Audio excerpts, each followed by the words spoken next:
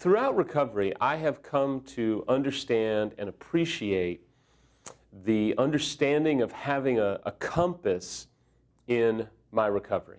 It's been essential for me. It's been essential for my spouse, Samantha's recovery. We needed one because I will tell you, early on in recovery, we did not have a compass. We didn't know what was to be expected. We didn't know, is this good, is this bad? Should we do this, should we do that? Where is our point of reference that tells us what is to be expected, what is wrong, what is healthy? We were lost. We did what most people do, which is, man, find a therapist and you're off and running.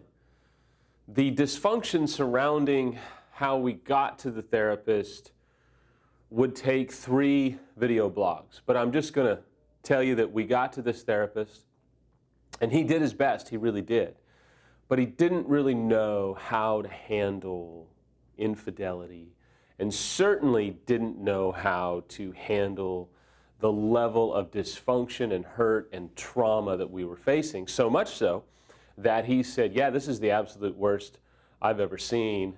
I don't know how this is going to play out. That was session 1.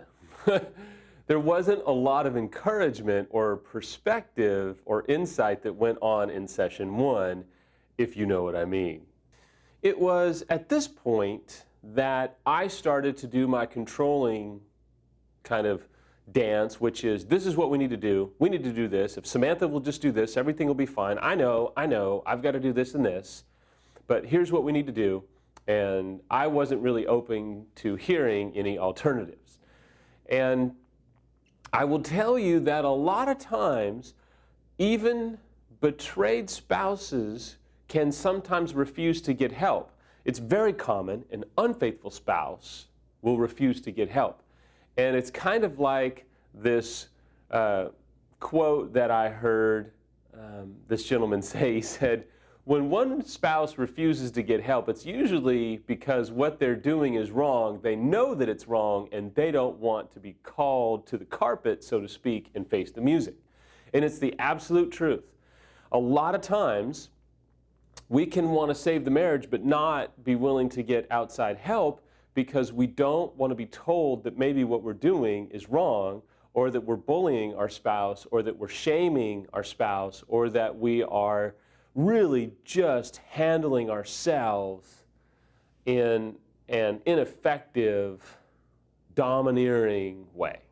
You've got to have something that's a compass that tells you this is wrong, this is good, this is healthy, this is not healthy, you should not be doing this, you should be doing this. Here are some things that I would suggest to you after 11 years of my own recovery and helping a ton of people do it and being trained by Rick and all that fun stuff. Here's some things that I would tell you that would really help you, and I wish I knew them 11 years ago. Number 1 is you've got to find an expert professional. I know it's tough depending on what state, what city, where you are, your finances, I get all that, but listen, let me just tell you, you and your marriage are worth the investment of the debt, the credit card, borrowing money, selling what you need to sell. I don't know, but you are worth it. You're going to have to do it. It's not going to be cheap or easy, but you're going to have to be willing to get expert help. You cannot mess around with a therapist that's trying to cut their teeth on your situation. This is real life. And I've seen therapists do more damage than good, a lot. I mean, if you were to interview Rick or some of the other therapists that are at the EMS weekend, they will tell you horror stories of professionals who thought that they were helping, but it actually made it worse.